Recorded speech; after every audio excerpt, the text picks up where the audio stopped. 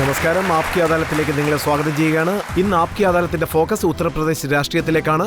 വാരണാസിയിൽ നടന്ന ബോംബ് ബ്ലാസ്റ്റിംഗിന് ശേഷം ജയാ ബച്ചനെ രാജ്യസഭയിലെ മെമ്പർഷിപ്പിൽ നിന്ന് നീക്കം ചെയ്തതിന് ശേഷം, അല്ലെങ്കിൽ അമർ സിംഗിന്റെ ഫോൺ ടാപ്പിംഗിന് ശേഷം ഇപ്പോഴെല്ലാം ദിവസവും ഉത്തർപ്രദേശ് രാഷ്ട്രീയ ഫോക്കസിലാണുള്ളത്. ഇന്ന് ആപ്കി അദാലത്തിൽ നമ്മൾ എങ്ങനെയുള്ള വ്യക്തിയാണ് വിളിച്ചിരിക്കുന്നതെന്ന് വെച്ചാൽ, ഇദ്ദേഹം പ്രശ്നങ്ങളിൽ ചെന്ന് കുടുങ്ങുന്ന വ്യക്തിയാണ്. അദ്ദേഹത്തെ ആപ്കി അദാലത്തിലേക്ക് സ്വാഗതം ചെയ്യാം. ഉത്തർപ്രദേശ് സംസ്ഥാനത്തെ കോൺഗ്രസ് പ്രസിഡന്റ് സൽമാൻ ഖുർഷിദ് ആപ്കി അദാലത്തിൽ ഹാജരാകുന്നു.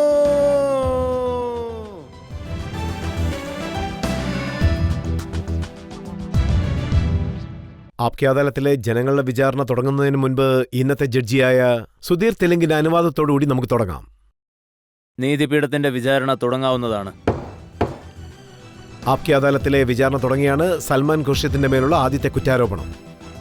ആപ്കി അദാലത്തിൽ സൽമാൻ ഖുർഷിദിന്റെ മേലുള്ള കുറ്റാരോപണം ഇദ്ദേഹം സമാജ്വാദി പാർട്ടിയെ ഫോളോ ചെയ്യുന്നു എന്നുള്ളതാണ്. സൽമാൻ സാർ, താങ്കൾ ഉത്തർപ്രദേശിലേക്ക് പോയതിനു ശേഷം കോൺഗ്രസ് പാർട്ടിയുടെ പ്രസിഡന്റായി. താങ്കളുടെ ഒരേ ഒരു അജണ്ട എന്താണെന്ന് വെച്ചാൽ മുലായം സിംഗിനെയും അമർ സിംഗിനെയും ഹറാസ് ചെയ്യുക എന്നുള്ളത് മാത്രമാണ്. അത് ശരിയാണോ? ഇതെന്റെ അജണ്ടയല്ല, എൻ്റെ കടമയാണ്. അദ്ദേഹം ഉത്തർപ്രദേശിനെ ഒരുപാട് ബുദ്ധിമുട്ടിച്ചു, അവമാനപ്പെടുത്തി. ഉത്തർപ്രദേശിനെ ദുഷ്ടശക്തികളിൽ നിന്ന് രക്ഷിക്കേണ്ടത് എൻ്റെ കടമയാണ്. അങ്ങനെയാണെങ്കിൽ താങ്കളൊരു സെൽ ഉണ്ടാക്കിയത് സത്യമാണോ? അതിന്റെ പേര് PIL സെൽ. അതിന്റെ ജോലി എന്താണെന്ന് വെച്ചാൽ ഇവർക്കെതിരായിട്ട് കേസുകൾ ഇടുക എന്നുള്ളതാണ്. ഓരോ കള്ളനെയും പിടിക്കേണ്ടത് IILന്റെ PL സെല്ലിന്റെ മുഖ്യ ഉത്തരവാദിത്വമാണ്. അതിലാരെങ്കിലും സ്വയം കള്ളനാണെന്ന് വിചാരിച്ചാൽ അവർക്കെതിരെയാണ് ഞങ്ങൾ ഈ ജോലി ചെയ്യുന്നതെന്ന് കരുതിയാൽ മതി. ഞാൻ താങ്കളോട് ചോദിക്കുന്ന ചോദ്യം എന്താണെന്ന് വെച്ചാൽ, താങ്കൾ കോൺഗ്രസ് പാർട്ടിക്ക് വേണ്ടി ഏത് രീതിയിലുള്ള സെൽ ഉണ്ടാക്കിയിരിക്കാന്ന് വെച്ചാൽ മുലായം സിംഗ് യാദവിനെതിരായിട്ട് കേസുകൾ നടത്തി അദ്ദേഹത്തെ ഹറാസ് ചെയ്യാൻ. വക്കീൽ എന്നെ പോലെ ഒരു പ്രസിഡന്റ് ആയിരുന്നെങ്കിൽ അവിടെ ശരിക്കും ഒരു സെല്ലില്ല. അതാണ് അത്ഭുതപ്പെടുത്തുന്ന കാര്യം. വിശ്വമോഹൻ ചതുർവേദി അദ്ദേഹം കേസ് ഫയൽ ചെയ്തിരിക്കുകയാണ്, പ്രോപ്പർട്ടിക്കെതിരായിട്ടുള്ള കേസ്. മുലായം സിംഗ് യാദവിനെതിരായിട്ടും അദ്ദേഹത്തിന്റെ കുടുംബത്തിനെതിരായിട്ടും എല്ലാവർക്കും എതിരായിട്ട്. ഞാൻ അറിഞ്ഞിടത്തോളം അദ്ദേഹം താങ്കൾക്ക് വളരെ ക്ലോസ് ആയ വ്യക്തിയാണ്. ഈ കേസ് ഫയൽ ചെയ്യാനുള്ള ഏർപ്പാടെല്ലാം താങ്കളാണ് ചെയ്തതെന്ന് അറിഞ്ഞു. അങ്ങനെ നടന്നിരുന്നെങ്കിൽ നല്ല കാര്യമാണ്. കാരണം അദ്ദേഹം എന്റെ സുഹൃത്തൊന്നുമല്ല, ഒരുപാട് വർഷം കോൺഗ്രസിൽ ഉണ്ടായിരുന്നതാണ്, വളരെ ഉത്തരവാദിത്തമുള്ള ആളുമാണ്. അതെ, ജനങ്ങൾക്കെതിരായിട്ട് ഞാൻ അദ്ദേഹത്തെ സപ്പോർട്ട് ചെയ്തു. കാരണം അദ്ദേഹം ഇതുപോലൊരു കാര്യം ചെയ്യുമ്പോൾ അദ്ദേഹം ജനങ്ങൾക്ക് ഒരുപാട് വാഗ്ദാനങ്ങൾ നൽകി. കോടതിയിൽ ഈ സത്യം പുറത്തു കൊണ്ടുവരാൻ വേണ്ടിയിട്ട് അദ്ദേഹം ഒരുപാട് പരിശ്രമിച്ചു. അതുകൊണ്ട് ആ കാര്യത്തിൽ നമ്മളെല്ലാവരും അദ്ദേഹത്തെ സപ്പോർട്ട് ചെയ്തേ പറ്റും. ബഹുജൻ സമാജ്വാദി പാർട്ടിയുടെ 40 MLA-മാർ സമാജ്വാദി പാർട്ടിയിൽ ജോയിൻ ചെയ്തു. അവർക്കെതിരായ കേസുകൾ അതും താങ്കളുടെ അനുഗ്രഹത്തോടു കൂടിയാണ് നടന്നുകൊണ്ടിരിക്കുന്നത്. അതിപ്പോ വലിയ വലിയ വക്കീൽമാര് ആ കേസ് നടത്തിക്കൊണ്ടിരിക്കുകയാണ്. സതീഷ് മിശ്ര സർ, ബഹുജൻ സമാജ്വാദ് പാർട്ടിയുടെ ജനറൽ സെക്രട്ടറി. അതുകൊണ്ട് അദ്ദേഹത്തിന് എന്റെ അഡ്വൈസോ ഇൻവോൾവ്മെന്റോ അതുപോലുള്ള ഒന്നും ആവശ്യമില്ല. പക്ഷെ ഒന്നുണ്ട്, ഇതുപോലൊരു കേസ് നടക്കുന്നുണ്ട്.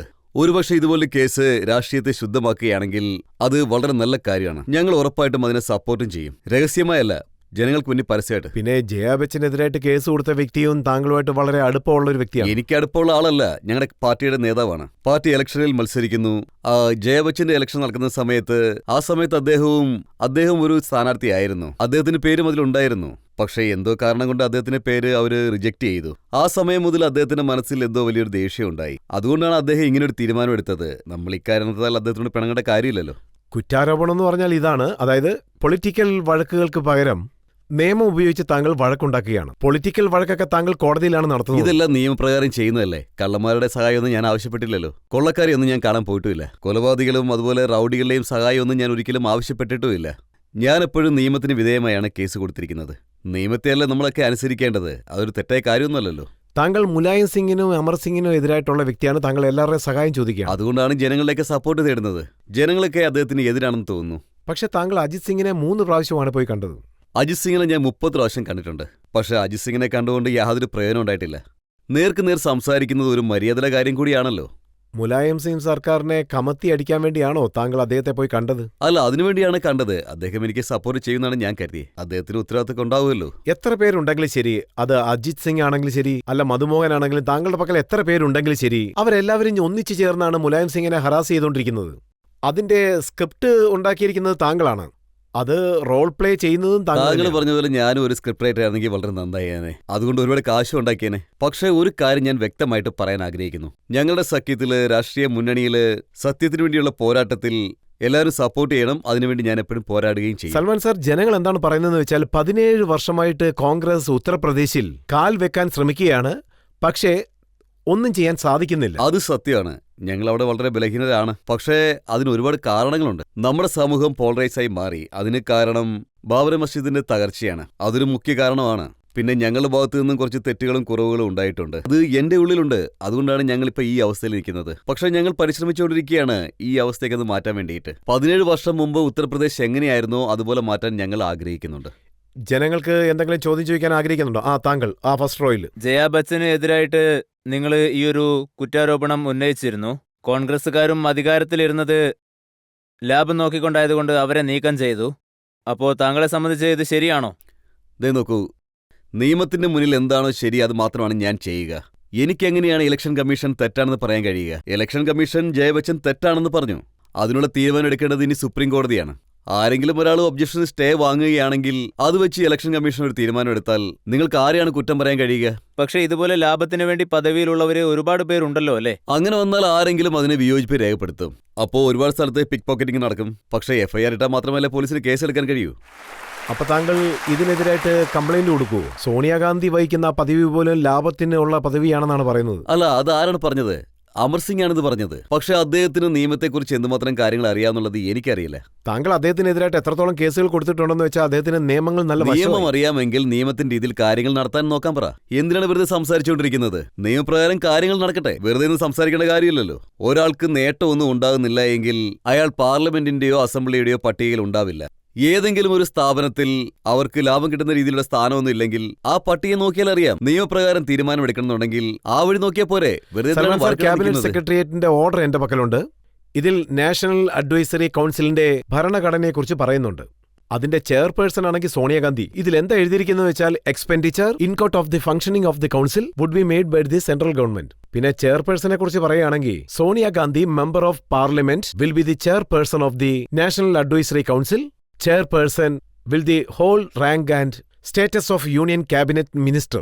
ഇതൊരു ലാഭമുള്ള പദവിയായിട്ട് താങ്കൾ കാണുന്നുണ്ടോ? അല്ലല്ല, താങ്കൾക്ക് മനസ്സിലാകാനിട്ടാണ്. അധികാരം എന്ന് പറയുന്നത് അത് തന്നെയാണ്. ആ പദവിയിൽ ഇരുന്നു കൊണ്ട് നിങ്ങൾ നിങ്ങളുടെ ജോലി നിങ്ങൾ പാർലമെന്റിൽ ചെയ്യണമെന്നുണ്ടെങ്കിൽ അവിടെ എന്തെങ്കിലും തടസ്സമോ അതുപോലെ എന്തെങ്കിലും പ്രശ്നങ്ങൾ ഉണ്ടായാലോ അങ്ങനെ വന്നാൽ മാത്രമേ അത് സംഭവിക്കൂ. അവരവരുടെ ജോലി ശരിയായിട്ടാണ് ചെയ്യുന്നത്. അത് ഗവൺമെന്റിന്റെ ജോലിയാണ്. ഉറപ്പായിട്ടും അവരുടെയും ജോലിയാണിത്. ഒരുപക്ഷെ അതിലെന്തെങ്കിലും തെറ്റുണ്ടെങ്കിൽ ഒബ്ജക്ഷൻ ഫയൽ ചെയ്യാൻ ആർക്കും ആരുടെയും അനുവാദം ആവശ്യമില്ല. അമർ സിംഗ് സാർ ഇത് തന്നെയാണ് പറഞ്ഞുകൊണ്ടിരിക്കുന്നത്, ഇത് തന്നെയാണ് ചെയ്തുകൊണ്ടിരിക്കുന്നതും. ഒബ്ജക്ഷൻ ഉണ്ടെങ്കിൽ നിങ്ങൾ ഉടൻ തന്നെ അത് ഫയൽ ചെയ്യില്ലേ? ഒബ്ജക്ഷൻ ഉള്ളതുകൊണ്ടാണ് ജയ ബച്ചനെതിരെ അദ്ദേഹം അത് ചെയ്തത്. അവരെന്താ പറയുന്നത് വെച്ചാൽ ജയ ബച്ചൻ ചെയ്ത കൊല സോണിയാഗാന്ധി ചെയ്ത അത് ക്ഷമിക്കണമെന്ന്. അങ്ങനെയല്ല, ഞാനത് വ്യക്തമാക്കി തരാം. നിങ്ങളൊരു ശിപായിയുടെ കയ്യിൽ തോക്ക് കൊടുത്തിട്ട് ശത്രുവിനെ കൊല്ലാൻ പറഞ്ഞാൽ അത് ഉറപ്പായിട്ടും ഒരു കൊലപാതകം ആവില്ല. പക്ഷെ അതേ തോക്കുകൊണ്ട് നിങ്ങൾ നിങ്ങളുടെ ശത്രുവിനെ നേരിട്ട് കൊല്ലുകയാണെങ്കിൽ നിങ്ങൾ നിങ്ങളുടെ ശത്രുവിനെ കൊന്നെന്ന് പറഞ്ഞാലും അത് കൊലപാതകമാണ്. നിങ്ങൾ പറയുന്ന ആരും കേൾക്കാൻ പോകുന്നില്ല. ആർക്കാണ് തോക്ക് കൊടുത്തിരിക്കുന്നത്, ആരാണ് വെടിവെച്ചത്, എന്ത് നിർദ്ദേശമാണ് കൊടുത്തത്, അവിടുത്തെ അവസ്ഥ എന്താണ്, ഈ വിവരങ്ങളൊക്കെ മനസ്സിലാക്കിക്കൊണ്ട് നിയമത്തിന്റെ രീതി വേണം തീരുമാനം എടുക്കാനായിട്ട്. അതിനു മുമ്പ് നമുക്ക് പറയാൻ പറ്റില്ല. താങ്കൾ പറയുന്നത് അമർ സിംഗ് കേട്ടാൽ തീർച്ചയായിട്ടും ഒബ്ജക്ഷൻ പറയും.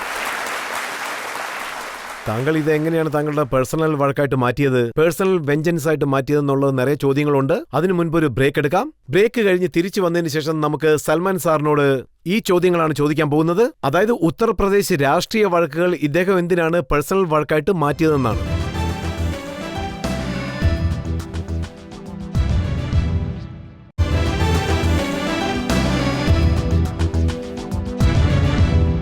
ആപ്കി അദാലത്തിൽ ഇന്ന് നമ്മുടെ ചോദ്യശരങ്ങൾക്ക് നടുവിലിരിക്കുന്നത് കോൺഗ്രസ് കമ്മിറ്റിയുടെ പ്രസിഡന്റായ സൽമാൻ ഖുർഷിദാണ്.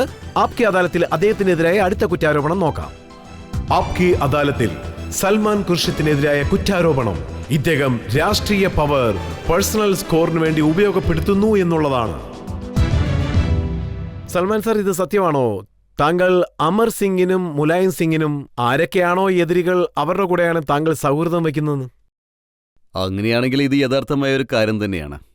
ഞാൻ ഒരു സമയത്ത് അമർ സിംഗുമായി നല്ല ഫ്രണ്ട്ഷിപ്പിലായിരുന്നു. ചതിച്ചത് അമർ സിംഗാണ്, ഞാൻ അമർ സിംഗിനെ ചതിച്ചിട്ടില്ല. അദ്ദേഹമാണ് എപ്പോഴും എനിക്ക് പ്രശ്നങ്ങൾ ഉണ്ടാക്കാനായിട്ട് ശ്രമിച്ചുകൊണ്ടിരുന്നത്. അപ്പോൾ എനിക്ക് മറുപടി കൊടുക്കാതിരിക്കാൻ പറ്റുമോ? എന്റെ പാർട്ടിക്ക് പ്രശ്നം ഉണ്ടാക്കിയാൽ എനിക്കത് ചോദിക്കാതിരിക്കാൻ കഴിയില്ല. ഇപ്പൊ താങ്കൾ പകരം വീട്ടാൻ നോക്കുകയാണ്.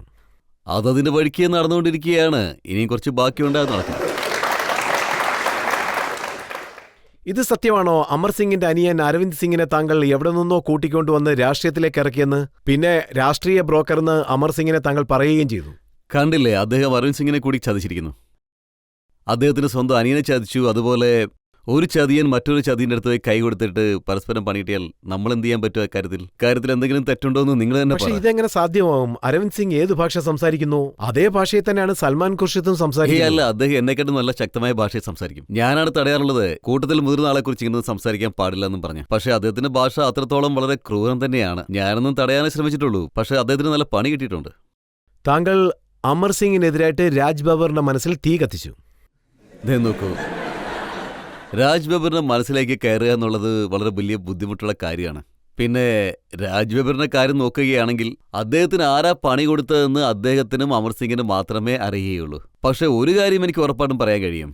ഏതെങ്കിലും ഒരു പാർട്ടിയിൽ, അദ്ദേഹം ഇപ്പോൾ സമാജ്വാദി പാർട്ടിയിൽ പ്രവർത്തിച്ചുകൊണ്ടിരിക്കുകയാണ്, ആ പോരാട്ടം ഏത് പാർട്ടിയാണെങ്കിലും നമ്മൾ സപ്പോർട്ട് ചെയ്തേ പറ്റൂ. കാരണം അത് എന്തെങ്കിലും എവിടെയെങ്കിലും പോയി ഏതെങ്കിലും ഒരു നല്ല പാർട്ടിയായിട്ട് ജോയിൻ ആവും. രാഷ്ട്രീയം ശുദ്ധമാണെങ്കിൽ, അല്ലെങ്കിൽ മാറിയാൽ സുതാര്യമാണെങ്കിൽ അതിൽ നല്ല കാര്യം വേറെന്താ ഉള്ളത്? സൽമാൻ സർ, രാജ് ബബ്ബർ സത്യത്തിൽ ഒരു ആക്ടറാണ്. അദ്ദേഹം മറ്റുള്ളവർ എഴുതുന്നത് പോലെ പറയുന്നു, മറ്റുള്ളവർ ഡയറക്ഷനിൽ ആക്ട് ചെയ്യുന്നു. താങ്കൾ ഒരു നല്ല ഡയറക്ടറാണ്. അദ്ദേഹം താങ്കളുടെ പടത്തിൽ അഭിനയിക്കുകയും ചെയ്തിരിക്കുന്നു. ദേ നോക്കൂ, രാജ് ബബ്ബർ ഒരു ആർട്ടിസ്റ്റാണ്. അത് ഞാൻ സമ്മതിക്കുന്നു. ഒരു ഹീറോയ്ക്ക് ഒരു വില്ലനെ അടിക്കാൻ പറ്റുന്നത് വളരെ എളുപ്പമുള്ള കാര്യമാണ്. അദ്ദേഹത്തിന്റെ പാർട്ടിയിലെ വില്ലൻ ആരാണെന്ന് കണ്ടുപിടിച്ചു. അദ്ദേഹം ആ വില്ലനെ അടിക്കുമ്പോൾ നിങ്ങൾ എന്തിനാണ് വെറുതെ ആവശ്യമുള്ളത് എന്റെ മേൽ പഴിയായിരുന്നു?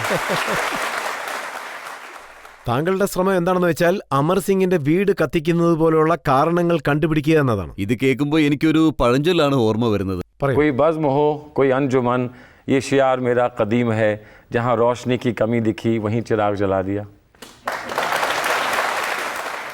അപ്പോൾ താങ്കൾ അരവിന്ദ് സിംഗ്, രാജ് ബബ്ബർ ഇതുപോലത്തെ വിളക്കുകൾ അന്വേഷിച്ച് കണ്ടുപിടിച്ച് വെച്ചിരിക്കുകയാണ് അമർ സിംഗിന്റെ വീട് ഇരുട്ടാക്കാൻ വേണ്ടി. അതെ, അതിലൊരു സംശയമില്ല. നിങ്ങളുടെ ഈ സ്ഥലം ഇരുളായി മാറണം, ഞങ്ങളുടെ സ്ഥലം വെളിച്ചമുണ്ടാവണം. അതുപോലെ ഇപ്പോൾ ഉത്തർപ്രദേശിലുള്ള ഓരോരോ മനുഷ്യന്റെ വീട്ടിലും വെളിച്ചം വരണം, അവരുടെ ജീവിതം പ്രകാശമുള്ളതായി തീരണം. അങ്ങനെ സംഭവിച്ചാൽ ലക്ഷക്കണക്കിന് വീടുകളിൽ സന്തോഷവും ഉണ്ടാകും. ഒന്നും രണ്ടുമല്ല, ലക്ഷക്കണക്കിന് വീടുകൾ. അങ്ങനെ വെളിച്ചം വന്നാൽ ഉത്തർപ്രദേശ് മുഴുവനും ജ്വലിക്കും. അതിലൊരു സംശയമില്ല. ഇദ്ദേഹത്തിന്റെ വീട്ടിലെ വിളക്ക് കത്താൻ വേണ്ടിയാണോ താങ്കൾ അമർ സിംഗിന്റെ ഫോൺ ടാപ്പ് ചെയ്തത്? ആ, ഈ കാര്യം നിങ്ങളിപ്പോൾ ഓർമ്മിപ്പിച്ചത് വളരെ നന്നായി. അദ്ദേഹത്തിന്റെ വീട്ടിലെ ഫോൺ ഒരുപക്ഷെ അദ്ദേഹത്തിന്റെ കൂട്ടുകാരനായിരിക്കണം ടാപ്പ് ചെയ്തിരിക്കുന്നത്, അല്ലെങ്കിൽ ശത്രുക്കളായിരിക്കണം ചെയ്തിരിക്കുന്നത്. സഹോദരങ്ങൾ തമ്മിലുള്ള വഴക്കിൽ ആര് എപ്പോൾ കുടുങ്ങുമെന്ന് പറയാൻ കഴിയില്ല. അങ്ങനെയുള്ള വഴക്കിൽ അവരെങ്ങാനും പെട്ടാൽ എന്നെ എന്തിനാണ് കുറ്റം പറയുന്നത്? അതല്ല, ഇങ്ങനെയുള്ള കാര്യങ്ങൾ സംസാരിക്കണമെന്നുണ്ടെങ്കിൽ പിന്നെ നിങ്ങൾ എന്തിനാണ് ഫോണിൽ വിളിക്കുന്നത്? ഈ കാര്യം നേരിട്ട് തന്നെ സംസാരിച്ചാൽ പോരെ? സൽമാൻ സാർ, ഇത് കോൺഗ്രസ് പാർട്ടിയുടെ ചതിയാണെന്നും പറയുന്നവരുണ്ട്. സത്യം പറഞ്ഞാൽ അദ്ദേഹത്തിന്റെ ഫോൺ 3 മാസമാണ് ടാപ്പ് ചെയ്തത്. 3 മാസത്തോളം ചെയ്തെന്ന് അവർക്കറിയാമോ? ഇത് ചെയ്യിപ്പിച്ചവർക്കല്ലേ അറിയൂ താങ്കൾ എത്ര മാസം ടാപ്പ് ചെയ്തെന്ന്. ഇത് നോക്കൂ, ഇവിടുത്തെ പ്രശ്നം എന്താണെന്ന് വെച്ചാൽ ഒരുപക്ഷെ ഞങ്ങളാണ് അത് ചെയ്തതെങ്കിൽ, ഈ കഥ അവിടെ സ്റ്റാർട്ടായിരുന്നെങ്കിൽ ഉറപ്പായിട്ടും ഞങ്ങളെ കഥ അവസാനിപ്പിച്ചേനെ. ഞങ്ങൾ തുടങ്ങിയ കഥയാണെങ്കിൽ ഞങ്ങൾ തന്നെ ഉറപ്പായും അത് അവസാനിപ്പിച്ചേനെ. ഇതാണെങ്കിൽ ഇപ്പോൾ തലയുമില്ല വാലുമില്ല, ഇടയ്ക്ക് വെച്ച് നിന്ന് പോവുകയും ചെയ്തു. ഞങ്ങളല്ലേ ഇതിനുവേണ്ടിയാണ് കാത്തിരുന്നത്, ഏതെങ്കിലും ഒരു കാര്യം പുറത്തു വരുമെന്ന് കരുതി. പക്ഷെ താങ്കൾ പീപ്പിംഗ് ടോമിനെ പോലെയല്ലേ ഉള്ളത്. അമർ സിംഗിന്റെ ബെഡ്റൂമിൽ വരെ കോൺഗ്രസ് പാർട്ടി പോകാൻ ശ്രമിക്കുകയാണ്. നോക്കൂ, ഞങ്ങൾ ഒരു പക്ഷേ അവരുടെ ബെഡ്റൂം നിരീക്ഷിക്കുകയാണെന്നുണ്ടായിരുന്നെങ്കിൽ അദ്ദേഹത്തിന്റെ ബെഡ്റൂം പല സ്ഥലത്തുണ്ടെന്നുള്ള കാര്യം സത്യമല്ലേ? സൽമാൻ സാർ, അദ്ദേഹം ഒരിക്കലും ഇല്ലെന്ന് പറഞ്ഞിട്ടില്ല. അദ്ദേഹം എന്താ പറഞ്ഞെന്ന് വെച്ചാൽ, ഞാൻ നല്ലൊരു രസികനാണ്, എനിക്ക് ധാരാളം സുഹൃത്തുക്കളുണ്ട്, നിറയെ ഹീറോസ് ഉണ്ട്, ഹീറോയിൻസ് ഉണ്ട്. അങ്ങനെയാണെങ്കിൽ അതൊരു നല്ല കാര്യമല്ലേ? അങ്ങനെയാണെങ്കിൽ പിന്നെ എന്തിനാണ് അദ്ദേഹം സുപ്രീം കോടതി പോയി ഗാങ് ഓർഡർ വാങ്ങിച്ചത്? അദ്ദേഹത്തിന്റെ ജീവിതത്തെയും പ്രവൃത്തികളെയും ഓർത്ത് അഭിമാനിക്കുന്നുണ്ടെങ്കിൽ ജനങ്ങൾക്ക് മുന്നേ ഒന്ന് പറഞ്ഞാൽ പോരെ, സമാജ്വാദി പാർട്ടിയിൽ ഞങ്ങൾ ഇങ്ങനെയാണ് പെരുമാറുന്നതെന്ന്. ഇതാണ് ഞങ്ങൾ പറയുന്നത് എന്താണെന്ന് വെച്ചാൽ, അദ്ദേഹത്തിന്റെ വാക്കുകളിൽ സൽമാൻ സാർ എന്തോ കലർത്തിയെന്നാണ്. അങ്ങനെയുള്ള പണികളൊക്കെ ചെയ്യുന്നത് അദ്ദേഹം തന്നെയല്ലേ? പിന്നെ എങ്ങനെയാണ് അദ്ദേഹത്തിന് രക്ഷപ്പെടാൻ കഴിയുക? രാഷ്ട്രീയത്തിൽ അദ്ദേഹം കാണിച്ച തരികട കൊണ്ട് അദ്ദേഹം തന്നെയാണ് പെട്ടുപോയത്. പിന്നെ ഇത് സത്യമാണോ? അദ്ദേഹത്തിന്റെ വീടിന്റെ മുന്നിൽ പ്രക്ഷോഭം നടക്കുന്ന സമയത്ത് ടാപ്പിംഗ് മുഖേന സ്റ്റേറ്റ്മെന്റ് കൊടുത്തപ്പോ കോൺഗ്രസ് പാർട്ടിക്കാർ അവിടെ പ്രക്ഷോഭം നടത്താൻ വേണ്ടി പോയി. അവർ താങ്കൾ അയച്ച വ്യക്തികളാണ്. കോൺഗ്രസിൽ ഈ കാര്യം ചെയ്യാൻ ഞാനല്ലാതെ വേറെ ആരുമില്ലെന്നാണോ? ശരിക്കും പറഞ്ഞാൽ കോൺഗ്രസിൽ എന്നെക്കാളും ശക്തരായ വേറെ ഒരുപാട് ആൾക്കാരുണ്ട്. ഇത് ഡൽഹിയുടെ കാര്യമാണ്. ടെറിട്ടോറിയൽ ജൂറിഡിക്ഷൻ ഇതിനെയൊക്കെ മാനിക്കുന്നു. ഉത്തർപ്രദേശിൽ ഇങ്ങനെ നടന്നാൽ ഞാൻ ഉറപ്പായും അതിനെ അംഗീകരിക്കും. അതെന്റെ ഉത്തരവാദിത്തമാണ്. ഡൽഹിയിൽ പോയി റാംബാബു ശർമ്മയോട് ചോദിച്ചു നോക്കൂ, ഇദ്ദേഹം എന്നോട് ചോദിക്കാതെ. പാർട്ടി താങ്കളുടേതല്ലേ? അദ്ദേഹം എന്താ പറഞ്ഞെന്ന് വെച്ചാൽ, ഒരു ഉറുമ്പിനെ അറ്റാക്ക് ചെയ്യാൻ വേണ്ടി ആനപ്പടയെ അയച്ചെന്നാണ്. അദ്ദേഹം എറുമ്പാണെന്ന് സമ്മതിച്ചു കഴിഞ്ഞു. ഞാൻ ആ വാക്ക് പറഞ്ഞപ്പോൾ അദ്ദേഹത്തിന് അത് പ്രോബ്ലമായി. പക്ഷേ ഇപ്പോൾ അദ്ദേഹം തന്നെ അത് സമ്മതിച്ചതുകൊണ്ട് എനിക്കൊരു കാര്യമേ പറയാനുള്ളൂ. ഈ ചെറിയ എറുമ്പിനെ ഏതെങ്കിലും സുരക്ഷിതമായ സ്ഥാനത്ത് വെക്കണം. ഒരപേക്ഷയും കൂടിയുള്ളൂ. ദയവ് ചെയ്ത് ഉത്തർപ്രദേശിനെ ഒന്ന് മുക്തമാക്കി തരണം. സൽമാൻ സാറേ, ഉറുമ്പ് ആനയുടെ ചെവിയിലേക്ക് പോയാൽ അത് വലിയ പ്രശ്നമായിട്ട് മാറും. ഈ കാര്യം നിങ്ങൾ മായാവതിയുടെ അടുത്ത് പോയി ചോദിക്കൂ, എന്നോട് എന്തിനാണ് ചോദിക്കുന്നത്?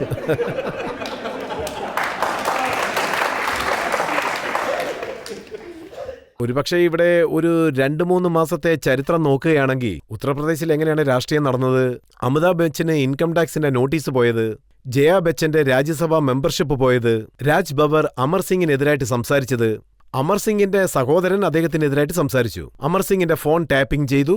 ഇതെല്ലാം തന്നെ ഒരു പാറ്റേൺ ഇൻഡിക്കേറ്റ് ചെയ്യുന്നില്ലേ? കോൺഗ്രസ് പാർട്ടി എങ്ങനെയാണ് ഹറാസ് ചെയ്യാൻ ശ്രമിച്ചുകൊണ്ടിരിക്കുന്നതെന്ന്? അമർ സിംഗിനെ, മുലായം സിംഗ് യാദവിനെ, ജയ ബച്ചനെ.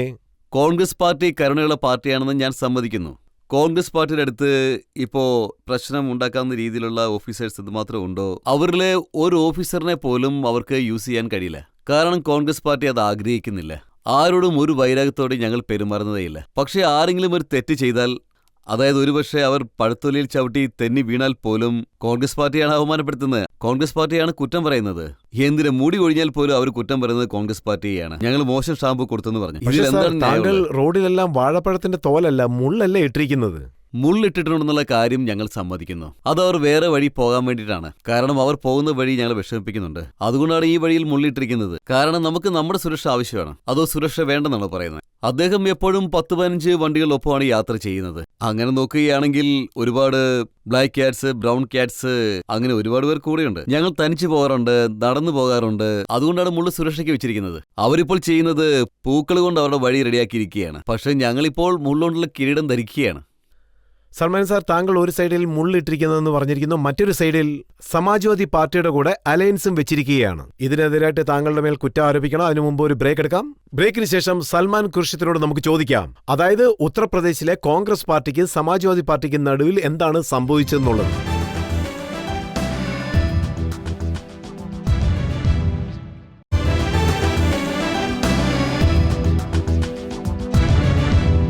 ആപ്കി അദാലത്തിൽ ഇന്ന് നമ്മൾ ജനങ്ങൾക്ക് വേണ്ടി വിചാരണ നടത്തിക്കൊണ്ടിരിക്കുകയാണ്. ഉത്തർപ്രദേശിലെ കോൺഗ്രസ് കമ്മിറ്റി പ്രസിഡന്റായ സൽമാൻ ഖുർഷിദിനോട് ആപ്കി അദാലത്തിലെ അടുത്ത കുറ്റാരോപണം എന്താണെന്ന് നമുക്ക് നോക്കാം.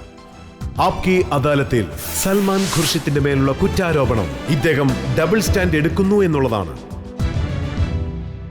സൽമാൻ സാർ, താങ്കൾ തുടക്കകാലത്ത് മുലായം സിംഗിനും അമർ സിംഗിനും എതിരായിട്ട് വളരെ ആക്രോശത്തോടെ ദേഷ്യപ്പെട്ടിട്ടുണ്ട്. പക്ഷേ 2-3 ദിവസമായിട്ട് ഞാൻ ശ്രദ്ധിക്കുന്നുണ്ട്, താങ്കൾ അവരെ കണ്ട് കുറച്ച് പേടിക്കുന്നത് പോലെ ഉണ്ടല്ലോ. ഇല്ല, ഇതിൽ പേടിക്കേണ്ട ആവശ്യമൊന്നുമില്ലല്ലോ. പക്ഷേ ഇതിലെനിക്കൊരു കാര്യം പറയാനുണ്ട്. ഒന്ന് നേർക്ക് നേർ ഫൈറ്റ് ചെയ്യുന്നത്, മറ്റൊന്ന് രാജ്യത്തിൻ്റെ രാഷ്ട്രീയത്തിൽ ഇന്ന് നമ്മുടെ ഇന്ത്യയുടെ രാഷ്ട്രീയം നോക്കുകയാണെങ്കിൽ എത്ര വേഗത്തിൽ ഏത് ദിശ നോക്കി പോകണമെന്ന് ചോദിച്ചാൽ ഞാൻ ചിന്തിക്കുന്നത്, ഇപ്പോൾ ഞങ്ങൾ ഒരു പ്രധാനപ്പെട്ട ഘട്ടത്തിലാണ് നിൽക്കുന്നത്. നമ്മുടെ ഭരണകൂടം വളരെ വലിയ കാര്യങ്ങൾ ചെയ്യണം. നമ്മുടെ ഭരണകൂടത്തിന് കംഫർട്ടല്ലാത്ത ഒരു കാര്യം ചെയ്യാൻ ഞങ്ങൾ ആഗ്രഹിക്കുന്നില്ല. ഭരണകൂടത്തിന് ഒരു പ്രോബ്ലം വരാൻ പാടില്ല. ഞങ്ങൾ വിഷമിച്ചോളാം. പക്ഷേ സെൻട്രൽ ഗവൺമെന്റിന് ഒരു വിഷമം ഉണ്ടാകാൻ പാടില്ല.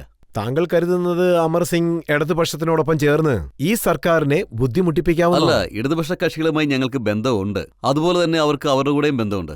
ഞങ്ങൾ അവരെ വിഷമിപ്പിക്കാനായിട്ട് ആഗ്രഹിക്കുന്നില്ല. അവർക്കൊരു പ്രോബ്ലം ഉണ്ടാക്കാനും ആഗ്രഹിക്കുന്നില്ല. ഒരുപക്ഷെ ചർച്ചകളിൽ തന്നെ കാര്യങ്ങൾ മനസ്സിലാക്കിയാൽ ഉത്തർപ്രദേശിന്റെ വളർച്ചയ്ക്ക് വേണ്ടി, അതുപോലെ നന്മയ്ക്ക് വേണ്ടി ചില പടികൾ ആവശ്യമാണെങ്കിൽ നമ്മൾ ഉറപ്പായും അവരെ വരവേൽക്കും. അത് പക്ഷേ ചർച്ചകളെ കൂടി മാത്രമേ സാധ്യമാവുകയുള്ളൂ. ഞങ്ങൾക്കാരെയും ബലം പ്രയോഗിച്ച് അതിനെ നിർബന്ധിക്കാൻ സാധിക്കില്ല. അങ്ങനെ ഒരു കാര്യം അതിലുണ്ടല്ലോ. സത്യമാണ്, താങ്കൾക്ക് മുകളിൽ നിന്ന് സിഗ്നൽ ലഭിച്ചിരിക്കുകയാണ് താങ്കളുടെ ഹീറ്റ് കുറച്ച് കുറയ്ക്കാൻ വേണ്ടി. ഇപ്പോൾ മുകളിൽ നിന്ന് വരുന്ന സിഗ്നൽ ആർക്കാണോ മനസ്സിലാകാത്തത് അവർക്ക് മാത്രമേ വരികയുള്ളൂ.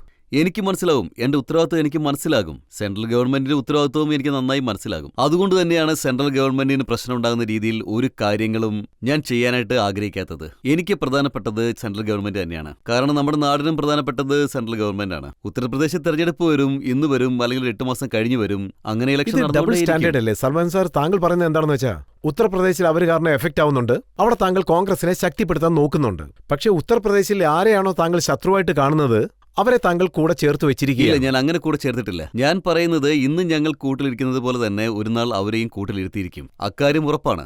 അങ്ങനെ ഒരു സമയം വരും. ആ സമയം വരും, ഇലക്ഷൻ വരും.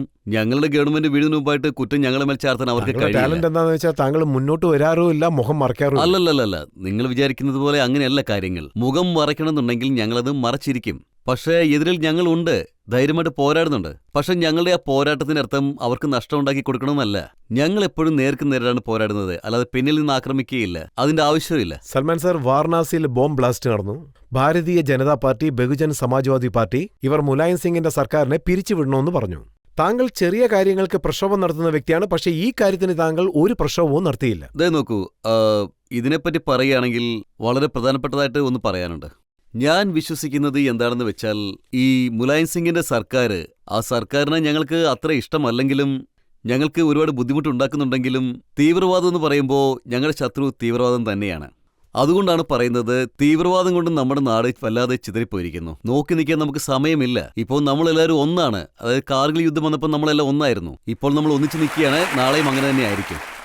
കയ്പ് നിറഞ്ഞ സത്യം എന്താണെന്ന് വെച്ചാൽ, ജോർജ് ബുഷ് വന്നതിന് ശേഷം നമ്മൾ ഈ സത്യം മനസ്സിലാക്കി. രാജ്യത്തുള്ള എല്ലാ മുസ്ലിംസും കോൺഗ്രസ് പാർട്ടിയെ വെറുക്കാൻ തുടങ്ങി. അവരുടെ ശക്തി അവർ എങ്ങനെ കാണിച്ചെന്ന് വെച്ചാൽ, കോൺഗ്രസിന് തന്റെ പക്കലുള്ള മുസ്ലിംസ് എല്ലാം തങ്ങളെ വിട്ടു പോകുന്നുള്ള പേടി. നോക്കൂ, ഇത് സത്യമല്ല. പക്ഷെ ഒരു കാര്യം അംഗീകരിക്കുന്നു, മുസ്ലിങ്ങളുടെ കാര്യത്തിൽ കോൺഗ്രസ് പാർട്ടി ഒരു തീരുമാനമൊക്കെ എടുത്തിട്ടുണ്ട്. മാത്രമല്ല, അവർക്ക് കോൺഗ്രസിനോട് ഒരു പ്രത്യേക ബന്ധമുണ്ട്. അത് കോൺഗ്രസിന്റെ ഉത്തരവാദിത്വമാണ്. അതെപ്പോഴും ഞങ്ങൾ നിറവേറ്റുകയും ചെയ്യും. അത് അവർക്ക് മനസ്സിലായാലും ശരി, ഇല്ലെങ്കിലും ശരി. ബുഷിന്റെ കാര്യത്തിൽ നമ്മുടെ നാട്ടിലുള്ള മുസ്ലിങ്ങൾ മാത്രമൊന്നും അല്ല വിഷമിക്കുന്നത്. ഇടതുപക്ഷ പാർട്ടികൾക്കും അക്കാര്യത്തിൽ നല്ല വിഷമമുണ്ട്. ശരിക്കും പറഞ്ഞാൽ എല്ലാ ആൾക്കാർക്കും വിഷമമുണ്ട്. അതിനൊരു തീരുമാനമുണ്ട്. മാത്രമല്ല, പ്രധാനമന്ത്രി ഇതിനെക്കുറിച്ച് ഇടയ്ക്കിടയ്ക്ക് സംസാരിക്കാറുണ്ട്. അതത്ര എളുപ്പമുള്ള വഴിയൊന്നും അല്ലെന്നും പറഞ്ഞു. പക്ഷേ ഒരാളെ ഉയർത്തിക്കൊണ്ട് അതുപോലെ മറ്റൊരാളുടെ ഫീലിങ്സിനെ വെച്ച് കളിക്കുക എന്ന് പറയുന്നത് അത്ര നല്ല പ്രവണതയല്ല. അതൊരിക്കലും ഞങ്ങൾ ചെയ്യുകയുമില്ല. പരമാവധി അത് മനസ്സിലാക്കി കൊടുക്കാൻ ഞങ്ങൾ ശ്രമിക്കും. നമ്മുടെ നാടിനിപ്പോൾ വളരെയധികം അത്യാവശ്യമുള്ള കാര്യമാണത്. ഇതുകൊണ്ട് 10% വളർച്ച കൂടുകയും ചെയ്യുകയുള്ളൂ. ഉറപ്പായിട്ടും നമുക്ക് ഫലം ലഭിക്കുകയും ചെയ്യും. ഇത് ഞങ്ങൾ എല്ലാ ആൾക്കാരോട് പറയുകയും ചെയ്തു. മനസ്സ് കല്ലാക്കിക്കൊണ്ട് ഞങ്ങൾ എല്ലാവരുടെയും ഒപ്പം നിൽക്കുകയാണ്. അതിൽ ഞങ്ങൾ യാതൊരു തെറ്റും കാണുന്നില്ല. ഞങ്ങൾക്കും അതൊരു വലിയ പ്രശ്നം തന്നെയാണ്. ഇറാന്റെ കാര്യത്തിലും ഇറാഖിന്റെ കാര്യത്തിലും ഒരുപാട് കാര്യങ്ങളുണ്ട്. അത് ഞങ്ങൾക്കിടയിൽ എപ്പോഴും ഉണ്ടാകും. താങ്കൾ പറഞ്ഞു വരുന്നത്, സർക്കാരിനെ നടത്താൻ വേണ്ടി, പവറിലുണ്ടായിരിക്കാൻ വേണ്ടി എപ്പോഴൊക്കെ ഇടതുപക്ഷം പറയുന്നു അപ്പോഴെല്ലാം തല കുനിക്കാൻ തുടങ്ങി. വെറുതെ തല കുനിക്കുകയല്ല. ഒരുപക്ഷെ അത് ഞങ്ങൾ ആ അവസ്ഥയിലാണെങ്കിൽ, ആ യുഗത്തിലാണെങ്കിൽ, രാഷ്ട്രീയത്തിൽ ഞങ്ങളൊരു സഖ്യം ഉണ്ടാക്കിയിട്ടുണ്ടെങ്കിൽ ഉറപ്പായിട്ടും അപ്പ് ആൻഡ് ഡൗൺ ഉണ്ടാകും. അതുപോലെ ഒരുപാട് പ്രശ്നങ്ങളും ഉണ്ടാകും. നമ്മുടെ ഇഷ്ടത്തിനനുസരിച്ച് ചില കാര്യങ്ങൾ ചെയ്യുകയാണെങ്കിൽ അത് സഖ്യത്തിന് ഇഷ്ടമാകുന്നില്ലെങ്കിൽ പിന്നെ അതെങ്ങനെ നടത്താൻ പറ്റും? പക്ഷേ അവരുടെ അടുത്ത് ഞാൻ ഒരു കാര്യം പറയാൻ ആഗ്രഹിക്കുന്നു. അവർ ഞങ്ങളെ കുറച്ചെങ്കിലും വിശ്വസിച്ചേ പറ്റൂ. ഞങ്ങൾ ചെയ്യുന്നത് എന്തായാലും അത് നാടിന് നന്മയ്ക്ക് വേണ്ടിയിട്ടാണെന്ന്. ഞങ്ങൾക്ക് എന്ത് നഷ്ടമുണ്ടായാലും നമ്മുടെ നാട് എപ്പോഴും മുന്നേറിക്കൊണ്ടിരിക്കണം. എന്നും നമ്മുടെ രാജ്യത്തിന്റെ പതാക ഉയർന്നു പറന്നുകൊണ്ടേയിരിക്കണം. അതിനുവേണ്ടിയാണ് ഞങ്ങളുടെ ശ്രമം. താങ്കൾക്ക് പേടി തോന്നില്ലേ? മുസ്ലിംസ് ദേഷ്യത്തിലാണുള്ളത്, മൈനോറിറ്റി ദേഷ്യത്തിലാണുള്ളത്, പിന്നെ സമാജ്വാദി പാർട്ടിയും ഇടതുപക്ഷവും പോകുമെന്നുള്ള ഒരു പേടി താങ്കൾക്കില്ലേ? എല്ലാം നോക്കൂ, നഷ്ടപ്പെടുന്നത് താങ്കൾ കണ്ടോണ്ടിരിക്കേണ്ടി വരും. ഈ മൈനോറിറ്റിക്കൊന്നും മനസ്സിലാവില്ല എന്ന് നിങ്ങൾ പറയരുത്. അവർക്കും അറിയാം. അതായത് ആരുടെ അംബാസിഡറാണ്, ലക്നൌവിൽ ഉണ്ടായിരുന്നു, എന്താണ് ചെയ്തുകൊണ്ടിരുന്നതൊക്കെ. നിങ്ങൾ മൈനോറിറ്റി പാവങ്ങളാണെന്ന് വിചാരിക്കണ്ട. ഈ ന്യൂനപക്ഷങ്ങൾക്ക് ജോലിയുടെ കാര്യത്തിലൊക്കെ ഒരുപാട് പ്രശ്നങ്ങളുണ്ട്. അവർ മുന്നേറാൻ വിദ്യാഭ്യാസത്തിന്റെ പ്രശ്നമുണ്ട്. അതിനെക്കുറിച്ചൊന്നും മുലായം സിംഗ് ഇതുവരെ ഒന്നും പറഞ്ഞിട്ടില്ല. പിന്നെ ഇവിടെയുള്ള ന്യൂനപക്ഷങ്ങൾക്ക് അവർക്ക് ജോലി സാധ്യത ഉണ്ടാക്കണം, സംവരണം കൊടുക്കണം എന്നൊക്കെ ഞങ്ങൾ ആഗ്രഹിക്കുന്നുണ്ട്. അൻസാരി ആയാലും, ഉൻകർ ആയാലും, ഭാസി ആയാലും, മൻസൂർ ആയാലും, മല്ലിക് ആയാലും മുലായം സിംഗ് അതിനെക്കുറിച്ച് സംസാരിക്കാൻ ആഗ്രഹിക്കുന്നില്ല. ഇന്ന് നടക്കുന്ന ഫൈറ്റ് എന്തിനാണ്? ജോലി സാധ്യതകൾക്ക് വേണ്ടിയാണ്. അതിന് ഞങ്ങളുടെ ഗവൺമെന്റ് ജോലി സാധ്യതകളൊക്കെ ഒരുക്കി കൊടുക്കുന്ന പരിപാടികൾ നടത്തുന്നുണ്ട്. ആ ഫലം എല്ലാവർക്കും പക്ഷേ സൽമാൻ സാർ, താങ്കൾ യാക്കൂബിനെ കുറിച്ച് ഒന്നും പറയാൻ തയ്യാറല്ലല്ലോ. ഇപ്പൊ അദ്ദേഹം സർക്കാരിൽ ഒരു മന്ത്രിയാണ്. അദ്ദേഹം എന്താ പറയുന്നത് വെച്ചാൽ, ആരാണോ കാർട്ടൂൺ വരച്ചത് അവരുടെ തല കൊണ്ടുവരികയാണെങ്കിൽ 51 കോടി രൂപ സമ്മാനം നൽകുന്നതായിട്ട് പറഞ്ഞു. താങ്കളും ഒന്നും ഞാനിപ്പോൾ ശാന്തനാണെന്ന് നിങ്ങളെല്ലാവരും ചിന്തിക്കുന്നുണ്ടായിരിക്കും അല്ലേ? ഞാൻ സംസാരിച്ചതുകൊണ്ട് അവര് എന്റെ കോലമൊക്കെ കത്തിച്ചിട്ടുണ്ട്. അതായത് ഞാൻ സംസാരിച്ചുകൊണ്ട് അവരെന്റെ കോലം കത്തിച്ചിട്ടുണ്ടെങ്കിൽ, ഞാൻ സങ്കട് മോചനിലേക്ക് പോയപ്പോ അവിടെ വെച്ച് സങ്കട് മോചൻ ഗംഗാജലം വെച്ച് അവർ കഴുകുകയും ചെയ്തു. ഇപ്പൊ ഞാൻ അതിനുവേണ്ടി കാത്തിരിക്കുകയാണ്. അതെന്തിനാണെന്നാൽ, ഇത് ഇഷ്ടപ്പെടുന്ന ഒരുപാട് ആൾക്കാരുണ്ട്. മറ്റൊരു ഭാഗത്ത് ഇത് ഇഷ്ടപ്പെടാത്ത ആൾക്കാരും ഉണ്ട്. പക്ഷേ ഇവർക്കിടയിലൊക്കെ പിടിച്ചു നിൽക്കാനായിട്ട് ഞങ്ങൾക്ക് നല്ല സപ്പോർട്ട് കിട്ടിയേ പറ്റൂ. അപ്പോൾ മാത്രമേ ഈ നാടിനെ വിഷമത്തിൽ നിന്ന് പുറത്തെത്തിക്കാൻ ഞങ്ങൾക്ക് കഴിയൂ. സത്യം ഇതാണ്, ഇത് തന്നെയാണ്. ഇന്ത്യയിലുള്ള ഓരോ ഹിന്ദുവും മുസ്ലിങ്ങൾക്കെതിരായുള്ള പ്രശ്നത്തിൽ കൂടെ നിൽക്കണം. ഒരുപക്ഷെ അസ്രത് സാറിന്റെ പ്രവൃത്തിയിൽ എന്തെങ്കിലും തെറ്റുകളുണ്ടെങ്കിൽ മുസ്ലിങ്ങൾ എന്തുകൊണ്ടാണത് വിശ്വസിക്കാത്തത്? ഹിന്ദുക്കൾ അവരുടെ കൂടെ സപ്പോർട്ട് ചെയ്യില്ല എന്ന്. അവരുടെ കൂടെ ഹിന്ദുക്കളും തെരുവിലേക്ക് ഇറങ്ങും. പക്ഷെ വിളിക്കേണ്ടത് നിങ്ങളാണ്. ഹിന്ദുക്കളെ വീണ്ടും പുറത്തേക്ക് കൊണ്ടുവരാൻ വേണ്ടി അദ്വാനി വീണ്ടും രഥയാത്ര നടത്തി. പക്ഷെ അവർ ഏത് വഴി കൂടിയാണ് കൂട്ടിക്കൊണ്ടു പോകുന്നതെന്ന് നിങ്ങൾ ചിന്തിച്ചു നോക്കൂ. ഞങ്ങൾ ഹിന്ദുക്കളും മുസ്ലിങ്ങളും ഒന്നാകണമെന്ന് ആഗ്രഹിക്കുന്നു. മുസ്ലിങ്ങള് ഹിന്ദുക്കളുടെ വിഷമത്തെക്കുറിച്ച് സംസാരിക്കണം. ഹിന്ദുക്കള് മുസ്ലിങ്ങളുടെ കാര്യത്തിൽ ഇടപെടണം. അദ്വാനി സാർ എന്താ ചെയ്യാൻ പോകുന്നതെന്ന് എനിക്കതിനെപ്പറ്റിയൊന്നും അറിയില്ല. അദ്ദേഹം ജനങ്ങൾക്കിടയിലേക്ക് ചെല്ലുന്നു. അതിനാണ് രഥയാത്ര നടത്തിയത്. ചിലപ്പോൾ അദ്ദേഹം ഈ നാടിന് ഗുണമുള്ള എന്തെങ്കിലും കാര്യമായിരിക്കും ചെയ്യാൻ പോകുന്നത്. അദ്ദേഹത്തിന്റെ പാർട്ടി ജനങ്ങളെ പുറത്തേക്ക് എത്തിക്കാനായിട്ട് ശ്രമിച്ചുകൊണ്ടിരിക്കുകയാണ്. ഇപ്പോൾ രാജ്യം എന്താണ് തീരുമാനിക്കുന്നതെന്ന് നമുക്ക് കാത്തിരുന്ന് കാണാം. ജനങ്ങളിൽ ആർക്കെങ്കിലും എന്തെങ്കിലും ചോദിക്കാനുണ്ടോ എന്ന് നമുക്ക് നോക്കാം. താങ്കൾ. സൽമാൻ ഖുർഷിദ് സാർ, ഇപ്പോൾ കോൺഗ്രസിന് നേരെ ഒരു ആരോപണമുണ്ട്. തുടക്കം മുതലേ ഭീകരവാദികളെ അനുനയിപ്പിക്കുക എന്നുള്ള ആശയം ഒഴിവാക്കാൻ പറ്റാത്തതായിട്ടുണ്ട്. അത് മുസ്ലിം വിശ്വവിദ്യാലയത്തിന്റെ കാര്യമായാലും അതല്ലെങ്കിൽ ആന്ധ്രാപ്രദേശിന്റെ കാര്യമായാലും അതല്ലെങ്കിൽ മറ്റ് സ്ഥലങ്ങളിലെ കാര്യങ്ങളും ആവാം. പക്ഷേ BJP രാഷ്ട്രീയത്തിന്റെ പേരിൽ രഥയാത്ര നടത്തുമ്പോൾ കോൺഗ്രസിന് എന്താണ് ഇത്ര ബുദ്ധിമുട്ട്? ഈ പ്രശ്നം കോൺഗ്രസിന്റേത് മാത്രമല്ല, ഞങ്ങൾക്ക് നല്ല അനുഭവമുണ്ട്. മുൻപ് നടന്ന യാത്ര കൊണ്ട് എന്താണ് സംഭവിച്ചതെന്ന്. എത്രയോ കലാപങ്ങൾ, എത്രയോ തീവ്രവാദങ്ങൾ, ഇന്ത്യയിലെങ്ങും അത് നല്ലപോലെ പടർന്നിരുന്നു. ഞങ്ങൾക്കുണ്ടായ അനുഭവം ഞങ്ങളോട് പറയുന്നത് ഈ യാത്ര ഒരിക്കലും ശരിയായ ദിശയിലേക്കല്ല എന്നാണ്. പിന്നെ സമാധാനത്തെക്കുറിച്ച് പറയുകയാണെങ്കിൽ ഞങ്ങളത് ഒരിക്കലും മറക്കില്ല. പക്ഷെ ഒരാളുടെ കൈ പിടിക്കുക എന്ന് പറയുന്നത് സമാധാനമല്ല.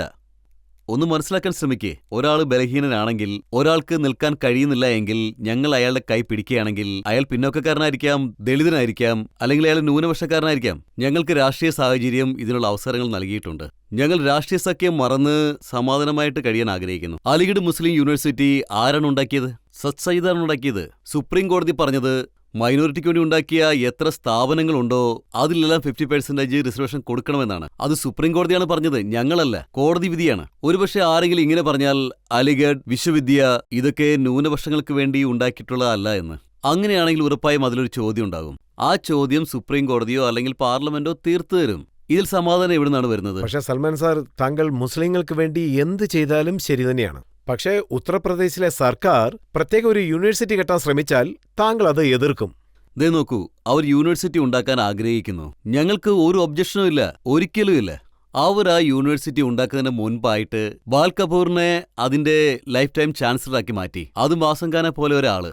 പക്ഷേ ഞങ്ങളുടെ ഭാഗത്ത് നോക്കുകയാണെങ്കിൽ യോഗ്യതയില്ലെന്നാണ് പറഞ്ഞത്. അല്ലല്ലല്ല, നിങ്ങളെന്തിനാണ് പിയൂണിനെ ഒന്ന് കുറച്ച് കാണുന്നത്? പിയൂണിന്റെ ജോലി എന്ന് പറയുന്നത് അത്ര മോശം ജോലിയൊന്നുമല്ല. ഞാൻ പറഞ്ഞു വരുന്നത് ആ യൂണിവേഴ്സിറ്റിയിൽ ലൈഫ് ലോങ് ആയിട്ട് ആരെ ആക്കാൻ പാടില്ല. ഇപ്പം നോക്കുകയാണെങ്കിൽ മഹാത്മാഗാന്ധിക്ക് പോലും അങ്ങനെ ഒരു പദവിയൊന്നുമില്ല. അദ്ദേഹം പോലും ചാൻസലർ ആയിട്ടില്ല. ലൈഫ് ലോങ് ഒരു യൂണിവേഴ്സിറ്റിക്കും ആർക്കും ചാൻസലർ ആകാൻ കഴിയില്ല. ആസം ഖാനെ എന്തിനാണ് ആക്കുന്നത്? ഒരു പക്ഷേ അദ്ദേഹം യൂണിവേഴ്സിറ്റി ഉണ്ടാക്കുന്നുണ്ടെങ്കിൽ ആസം ഖാന്റെ പേര് മാറ്റിയിട്ട് അതിനുശേഷം 5 വർഷം അദ്ദേഹത്തെ ആക്കുന്നതിൽ ഞങ്ങൾക്ക് വിരോധമൊന്നുമില്ല. യൂണിവേഴ്സിറ്റി ഉണ്ടാക്കിക്കോളൂ, അതിൽ യാതൊരു വിരോധവും. താങ്കളെ കുറിച്ച് തെറ്റായി പറയുന്നത് കൊണ്ട് താങ്കൾ അദ്ദേഹത്തെ എതിർക്കുന്നത് സത്യമല്ലേ? ആസം ഖാൻ എന്നെക്കുറിച്ച് എന്തോ തെറ്റായി പറഞ്ഞെന്നുള്ളത് സത്യം തന്നെയാണ്. എന്നെ അദ്ദേഹം എഡ്യൂക്കേഷൻ മാഫിയ എന്നാണ് വിളിച്ചത്. ഇപ്പോ ആസം ഖാന്റെ ചിന്തകൾ എന്തായാലും അതെന്ത് തന്നെ ആയാലും വെറുതെ എന്നെക്കൊണ്ട് എന്തിനാണ് സംസാരിപ്പിക്കുന്നത്? എന്നെക്കൊണ്ട് സംസാരിപ്പിച്ച് എന്റെ വായിൽ നിന്നെങ്കിലും മോശം കേൾക്കാനാണ് ആഗ്രഹിക്കുന്നത്. സൽമാൻ സാർ, എനിക്ക് താങ്കളോട് ഒരു ചോദ്യം ചോദിക്കാനുണ്ട്. താങ്കൾ എന്താ പറയുന്നതെന്ന് വെച്ചാൽ ഉത്തർപ്രദേശിൽ അധികാരത്തിൽ ഇരിക്കുന്ന ആളുകൾ കള്ളന്മാരും റൗഡികളെ തീറ്റിപ്പോറ്റുന്നവരുമാണെന്ന് പറയുന്നു. അപ്പോൾ നിങ്ങൾ കള്ളന്മാരെയും റൗഡികളെയും സപ്പോർട്ട് ചെയ്യുന്നുണ്ടെങ്കിൽ നിങ്ങളും കള്ളന്മാർ തന്നെയല്ലേ? ഞാൻ പറഞ്ഞു വന്നത്, നിങ്ങൾ നിങ്ങളുടെ ഉത്തരവാദിത്തങ്ങൾ മറന്നോ സാർ? ഇല്ല, ഉത്തരവാദിത്തങ്ങൾ ആരും ഒരിക്കലും മറക്കില്ല. ഞങ്ങൾ സപ്പോർട്ട് ചെയ്തെന്ന് പറഞ്ഞത് നിങ്ങൾ ആ ലെവലിൽ തന്നെയാണോ എടുത്തത്? പക്ഷേ സൽമാൻ സാർ, അല്ല, സത്യമല്ലേ? ഒരാൾ മറ്റൊരാൾക്ക് സപ്പോർട്ട് ചെയ്യുന്നത് എങ്ങനെയാണെന്ന് വെച്ചാൽ അവരെ കള്ളരെന്ന് പറയില്ല, അവരെ നല്ലവരാണെന്നാണ് പറയുന്നത്. പക്ഷേ ഇക്കാര്യം സത്യമാണ്. താങ്കൾ ഉത്തർപ്രദേശ് സർക്കാരിന് പൂർണ്ണമായ സപ്പോർട്ട് നൽകിയിരിക്കുകയാണ്. പിന്നെ സെൻട്രൽ ഗവൺമെന്റിൽ മുലായം സിംഗ് പാർട്ടിക്കും താങ്കൾ സപ്പോർട്ട് കൊടുത്തിരിക്കുകയാണ്. നോക്കൂ, അതായത് ഞങ്ങൾ ഗവൺമെന്റ് ഉണ്ടാക്കാനായിട്ട് സപ്പോർട്ട് ചെയ്യുക തന്നെ ചെയ്യും. അത് എന്തിനാണെന്ന് വെച്ചാൽ സമൂഹത്തിന് വിരോധമായിട്ടുള്ള ഏത് കാര്യം ചെയ്താലും ഞങ്ങൾ അതിനെ സപ്പോർട്ട് ചെയ്യില്ല എന്ന് തന്നെയാണ്. ഗവൺമെന്റ് തെറ്റായ വഴിയിലേക്ക് പോവുകയാണെങ്കിൽ ഞങ്ങൾ ഒരിക്കലും അതിനെ സപ്പോർട്ട് ചെയ്തിട്ടില്ല. പിന്നെ അതുപോലെ ഞങ്ങളുടെ എണ്ണവും ആവശ്യമായിട്ടുണ്ടായിട്ട് തോന്നുന്നില്ല. ഇപ്പോൾ 2 ദിവസം മുമ്പാണ് വോട്ടിംഗ് നടന്നത്. അവിടെ ഞങ്ങൾ ഉണ്ടായിരുന്നുവോ? ഞങ്ങൾ അവിടെ ഇല്ലായിരുന്നു. പക്ഷെ ഞങ്ങൾ അവരെ എതിർത്തു. നിങ്ങൾ തന്നെയാണ് ഇക്കാര്യം പറഞ്ഞത്. അവർ യൂണിവേഴ്സിറ്റി ഉണ്ടാക്കാൻ പോയ സമയത്ത് ഞങ്ങൾ എതിർത്തു. പിന്നെ എങ്ങനെയാണ് ഇത് സപ്പോർട്ടായി മാറുന്നത്? അല്ലെങ്കിൽ ടെക്നിക്കലായിട്ട് നോക്കൂ, ഒരു പ്രാവശ്യം സപ്പോർട്ട് ചെയ്തെന്ന് വെച്ച് അതിന് എല്ലാ കാലവും സപ്പോർട്ട് ചെയ്യണമെന്നത് അർത്ഥമല്ല. ഒരുത്തന്നെ കഴുത്തിയിരിക്കുമ്പോൾ ആരെങ്കിലും സപ്പോർട്ട് ചെയ്യൂ? ആരും സപ്പോർട്ട് ചെയ്യില്ല. സൽമാൻ സാർ, താങ്കൾ ഈ വിഷയത്തിനെ കുറിച്ച് ഗവർണറിനൊരു ലെറ്റർ നൽകിയില്ലേ? അതായത് താങ്കൾ ഈ സർക്കാരിനെ സപ്പോർട്ട് ഗവർണർ ചെയ്യുന്നില്ല. ഇതിനെക്കുറിച്ച് ഒരിക്കലും ചോദിച്ചിട്ടില്ല. ചോദിച്ചാൽ മാത്രമല്ല മറുപടി പറയാൻ പറ്റുകയുള്ളൂ. ഇപ്പോൾ അദ്ദേഹം ചോദിച്ചതിനാണ് ഞാൻ മറുപടി പറഞ്ഞത്. ഗവർണർ ചോദിച്ചാൽ ഞാൻ മറുപടി പറയും, ചോദിക്കാതെ ഞാൻ എങ്ങനെയാണ് പറയുക? ഇതിനെയാണ് പറയാറ് ഡബിൾ സ്റ്റാൻഡേർഡ് ഗെയിം എന്ന്. ഇതിനെ ആരും അങ്ങനെ പറയില്ല. ഇത് വ്യക്തമായ രാഷ്ട്രീയമെന്നേ പറയുകയുള്ളൂ. ഇതിനെ ആനയുടെ പല്ലെന്നും പറയും. കഴിക്കുന്നത് ഒന്ന്, കാണിക്കുന്നത് മറ്റൊന്ന്. നിങ്ങൾ വീണ്ടും ആനയുടെ അടുത്തേക്കാണ് പോകുന്നത്. ഞങ്ങൾക്ക് ആനയായിട്ട് എപ്പോഴും വഴക്കാണ്. ആനയെക്കുറിച്ച് പറയാതിരിക്കാൻ പറ്റില്ല. സൽമാൻ സാർ, നമുക്കിപ്പോൾ ഒരു ബ്രേക്ക് എടുക്കാം. ബ്രേക്ക് കഴിഞ്ഞ് നമ്മൾ തിരിച്ചു വരുമ്പോൾ ഉത്തർപ്രദേശിലെ കോൺഗ്രസ് പാർട്ടിയുടെ സ്ഥിതിയെക്കുറിച്ച് നമുക്ക് ചോദിക്കാം, ഒരു ബ്രേക്കിന് ശേഷം.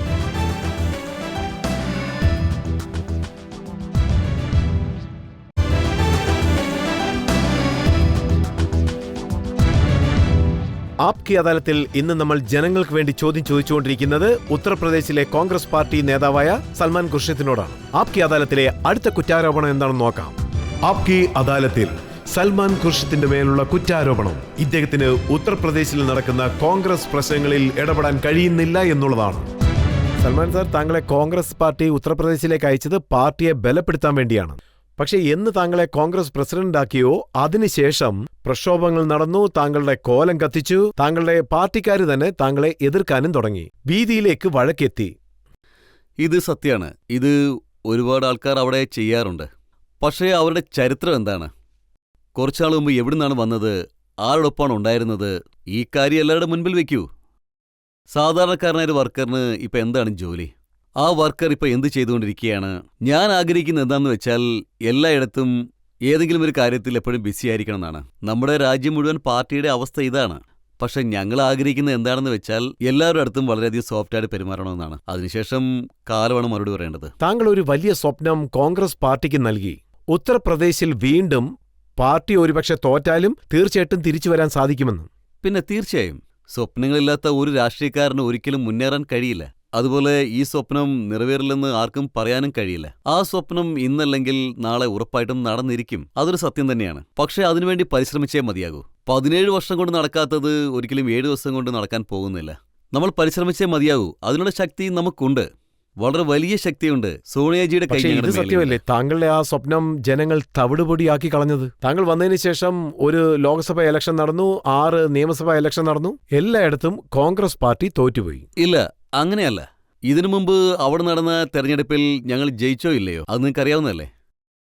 എല്ലാവരും എല്ലായിടത്തും ജയിക്കണമെന്നൊന്നും ഇല്ലല്ലോ.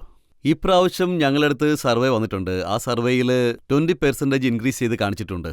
തെരഞ്ഞെടുപ്പ് വരുമ്പോൾ എല്ലാ കാര്യങ്ങളും മനസ്സിലാവും ഞങ്ങളിപ്പോൾ എവിടെയാണ് എങ്ങനെയാണെന്നൊക്കെ. സൽമാൻ സാർ, ഇലഹാബാദ് എവിടെയാണോ നെഹ്റു ജനിച്ചത്, എവിടെയാണോ ഇന്ദിരാഗാന്ധി ഉണ്ടായിരുന്നത്, ആ സ്ഥലത്ത് കോൺഗ്രസ് പാർട്ടിക്ക് അസംബ്ലി ഇലക്ഷനിൽ 660 വോട്ടാണ് ലഭിച്ചത്. ഞാനത് സമ്മതിക്കുന്നു. കാരണം ഞങ്ങൾക്കിത് കുറച്ച് വിഷമമുണ്ടാകുന്ന കാര്യമാണ്. പക്ഷെ ആരാണോ ഇക്കാര്യം പറഞ്ഞത് അവരക്കാര്യം മറന്നിരിക്കുന്നു. കാരണം പണ്ഡിറ്റ് ജവഹർലാൽ നെഹ്റു ഏതിടത്താണോ ഇരുന്നത്, എവിടെയാണോ പ്രാതിനിധ്യം വഹിച്ചിരുന്നത്, അവിടെ ഇന്ന് ആരാണ് ജയിച്ചു വരുന്നത്?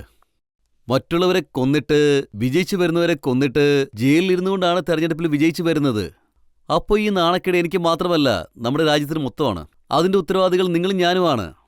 എവിടെയാണോ രാഹുൽ ഗാന്ധിയും സോണിയാഗാന്ധിയും ജയിച്ചു വരുന്നത് അവിടെ ഒരു പഞ്ചായത്ത് ഇലക്ഷൻ നടന്നു, അവിടെയും കോൺഗ്രസ് തോറ്റുപോയി. അല്ല, അങ്ങനെയല്ല. എല്ലായിടത്തും തോറ്റിട്ടില്ല. ഉറപ്പായിട്ടും എല്ലായിടത്തും തോറ്റില്ല. അതിന്റെ പകുതി സീറ്റ് തോറ്റുപോയെങ്കിൽ നോക്കുകയാണെങ്കിൽ ആ പാതിയിൽ ഞങ്ങൾ വിജയിച്ചു. ചിലയിടത്ത് ഞങ്ങൾക്ക് ബിസ്വായുടെ കൂടെ ഒരു സഖ്യമുണ്ടായിരുന്നു. പക്ഷെ ബിസ്വായിട്ട് എവിടെയാണ് കരാറിൽ ഏർപ്പെട്ടത് അവിടെ വിഷമുണ്ടാക്കുന്ന ഒരു കാര്യമുണ്ടായി. ജനങ്ങൾ ഞങ്ങളെ വിട്ടിട്ട് വേറൊരു ഭാഗത്തേക്ക് പോയി. ഉത്തർപ്രദേശിൽ അത്രത്തോളം തീവ്രവാദം ഉണ്ട്. ഞാൻ ഇവിടെയല്ല എവിടെയായാലും തുറന്നു പറയും. നാളെ മുലായം സിംഗ് മുഖ്യമന്ത്രി ആയില്ല എങ്കിൽ അദ്ദേഹം എത്ര സീറ്റ് വാങ്ങിച്ചെന്ന് പറഞ്ഞാലും അതിൽ ഒരു സീറ്റ് വാങ്ങിയാലും ഞാൻ ചാലഞ്ച് ചെയ്യാണ്. ഞാൻ രാഷ്ട്രീയം വിട്ട് തന്നെ പോവും. അദ്ദേഹത്തിന് പവറില്ലാതെ തെരഞ്ഞെടുപ്പിൽ നിൽക്കാനുള്ള ധൈര്യമുണ്ടോ? അങ്ങനെയുണ്ടെങ്കിൽ ഇത് കാണിച്ചു തരട്ടെ. സൽമാൻ സാർ, സെൻട്രലിലും താങ്കളുടെ പാർട്ടിയാണുള്ളത്. ഒരുപക്ഷെ താങ്കൾക്ക് വേണമെങ്കിൽ ആ വഴി തെരഞ്ഞെടുക്കാം. അങ്ങനെ തെരഞ്ഞെടുക്കാൻ ഞാൻ ആഗ്രഹിക്കുന്നില്ല. ഞങ്ങളൊരു ഉത്തരവാദിത്തപ്പെട്ട പാർട്ടിയാണ്. ഞങ്ങൾക്ക് ഈ രാജ്യമായിട്ടും ഇതിന്റെ ചരിത്രവുമായിട്ടും കുറച്ച് ബന്ധങ്ങളൊക്കെയുണ്ട്. ഞങ്ങൾക്കും ചില തീരുമാനങ്ങളൊക്കെയുണ്ട്. ഇവിടുത്തെ പൊതുജനങ്ങളോട് കുറച്ച് ബഹുമാനമൊക്കെയുണ്ട്. ഞങ്ങൾ റൌഡീസ് നടത്താൻ വേണ്ടിയിട്ടല്ല രാഷ്ട്രീയത്തിലേക്ക് വന്നത്. താങ്കളുടെ തീരുമാനം രാഹുൽ ഗാന്ധി മാത്രമാണ്. യുപിയിൽ കോൺഗ്രസ് ജയിക്കാൻ അദ്ദേഹത്തെ യൂസ് ചെയ്യാൻ ശ്രമിക്കുകയാണ്. ഞങ്ങൾ രാഹുൽ ഗാന്ധിയെ യൂസ് ചെയ്യാൻ ആഗ്രഹിക്കുന്നുണ്ടെങ്കിൽ ഇന്ന് അദ്ദേഹം ഉത്തർപ്രദേശിലെല്ലാം കറങ്ങുമായിരുന്നല്ലോ. അത് ഞങ്ങൾ രാഹുൽ ഗാന്ധിയോട് ചോദിച്ചു. ഞങ്ങൾ വ്യക്തമായി തന്നെ ചോദിച്ചു, അങ്ങ് ഉത്തർപ്രദേശിൽ എന്താണ് ചെയ്യാൻ ആഗ്രഹിക്കുന്നതെന്ന്. ഞങ്ങൾക്ക് കൃഷി ചെയ്യാനായിട്ട് നിലം ഒരുക്കി തരാനുള്ള അവസരം ഉണ്ടാക്കി തരൂ. ഞങ്ങൾ ഇവിടെ നിലം തയ്യാറാക്കാം, അതിനുശേഷം അങ്ങ് വരൂ. അദ്ദേഹം വളരെ കാര്യമായിട്ട് നോക്കി ഞങ്ങൾക്ക് മാർഗനിർദ്ദേശങ്ങൾ തന്നു. പിന്നെ ഞങ്ങള് ഒരുപാട് സംസാരിക്കും. പക്ഷേ ഈ ഉത്തരവാദിത്തം ഞങ്ങളുടേതും കൂടിയാണ്. ഞങ്ങൾ അദ്ദേഹത്തിന് അടുത്ത് പോയിട്ട് നിങ്ങൾ തെരഞ്ഞെടുപ്പിൽ വന്നിട്ട് ഞങ്ങൾക്ക് വോട്ട് വാങ്ങിച്ചു തരൂ എന്നൊക്കെ പറഞ്ഞാൽ അതൊട്ടും ശരിയായ കാര്യമല്ല. കഷ്ടപ്പെടുന്നതിന് പകരം ഉത്തർപ്രദേശിലെ കോൺഗ്രസ് നേതാക്കന്മാർ പരസ്പരം വഴക്കുണ്ടാക്കി. ഇല്ല, അങ്ങനെയല്ല, ഒരിക്കലും അങ്ങനെയല്ല. ഇതിനു മുമ്പ് ഉത്തർപ്രദേശിൽ ഒരുപാട് വഴക്കുകൾ നടന്നിട്ടുണ്ട്. അതായത് ചരിത്രത്തിൽ ഉത്തർപ്രദേശിലാണ് കൂടുതൽ വഴക്കുകൾ നടന്നത്. പക്ഷെ അപ്പോൾ വേറെ, ഇപ്പോൾ വേറെ. ഏതോ ഒരാൾ പത്രക്കാരുടെ അടുത്ത് പോയിട്ട് ഒരു സ്റ്റേറ്റ്മെന്റ് കൊടുത്താൽ മാത്രം അതൊരു വലിയ വഴക്കാവില്ലല്ലോ. ഗ്രൗണ്ടിൽ ഇറങ്ങിയാൽ മാത്രമേ അത് വഴക്കാകുകയുള്ളൂ. ശരിക്കും ഗ്രൗണ്ടിൽ ഇറങ്ങാൻ ആരാണുള്ളത്? അവിടേക്ക് വരൂ. ഞങ്ങളുടെ ജോലിക്കാരോട് ഇരുന്ന് സംസാരിക്കേ. എവിടെ വഴക്കുണ്ടായെന്ന് അവരോട് ചോദിക്കേ. അങ്ങനെ ഒരിടത്തും ഉണ്ടായിട്ടില്ല. പിന്നെ രണ്ടാമത്തെ കാര്യം, ശ്മശാനത്തിൽ ഒരിക്കലും ഒരു വഴക്കം ഉണ്ടാകത്തില്ല. വഴക്ക് തെരുവിലാണ് നടക്കുന്നത്. പക്ഷെ ഉത്തർപ്രദേശിലെ ജനങ്ങൾ താങ്കളോട് ഇങ്ങനെ പറഞ്ഞതായിട്ട് താങ്കൾക്ക് തോന്നിയില്ലേ? കഴിഞ്ഞ കാലം ഇനി തിരിച്ചു വരില്ല, പോയത് തന്നെയാണെന്ന്. ഇതുവരെയായിട്ടും അങ്ങനെ ഒരു കാര്യം പറഞ്ഞതായിട്ട് എന്റെ കാതിൽ ഞാൻ കേട്ടിട്ടില്ല. ഇവരുടെ അടുത്തുനിന്ന് ഞങ്ങളെ രക്ഷിക്കുമെന്നും മാത്രമേ ഞാൻ ഇതുവരെയായിട്ടും കേട്ടിട്ടുള്ളൂ. 4 വശത്തു നിന്ന് ഞങ്ങളെ രക്ഷിക്കുന്നുള്ള ശബ്ദം മാത്രമേ കേൾക്കുന്നുള്ളൂ. ഇപ്പോൾ ഞങ്ങൾക്ക് അവിടേക്ക് പോകണം, അവരെ രക്ഷിക്കണം. അതിനുള്ള ശ്രമത്തിലാണ് ഇപ്പോൾ ഞങ്ങൾ. അതിൽ ഞങ്ങൾ വിജയിക്കുമെന്നുള്ള പൂർണ്ണ വിശ്വാസവും ഞങ്ങൾക്കുണ്ട്.